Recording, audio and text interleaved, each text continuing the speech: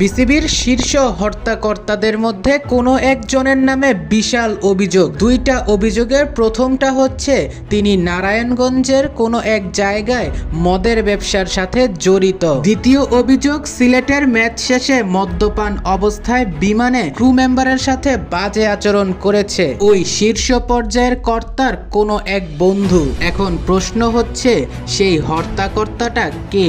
তিনি আর কেউ নয়, বর্তমান বিসিবি প্রেসিডেন্ট ফারুক আহমেদ। হ্যাঁ, আপনি ঠিকই শুনছেন, ফরমার ক্রিকেটার ও বর্তমান বোর্ড প্রেসিডেন্ট ফারুক আহমেদ এমন কর্মে লিপ্ত আছে এমন অভিযোগই তুলেছেন ক্রীড়া সাংবাদিক রিয়াসাত আজিম। সবে তো এমন অভিযোগ উঠেছে, এখনো যে অনেক কিছুরই দেখার বাকি, এখনো তদন্তের বাকি আছে। যদি তদন্ত করে ফল পাওয়া যায় যে রিয়াসাত যা বলেছে সেটাই সত্য, ফারুক আহমেদ জড়িত আছে কোনো এক মদের বিজনেসের সাথে, তাহলে ক্রিকেট বোর্ড থেকে তো তিনি নিষিদ্ধ হবেনই, তার পাশাপাশি ফারুক আহমেদের জেল হয়ে যাবে। বাংলাদেশ ক্রিকেটের উন্নতি কিংবা বাংলাদেশ ক্রিকেটের পরিবর্তনের জন্যই বিসিবি প্রেসিডেন্ট হিসেবে ফারুক আহমেদকে নির্বাচন করা হয়েছিল।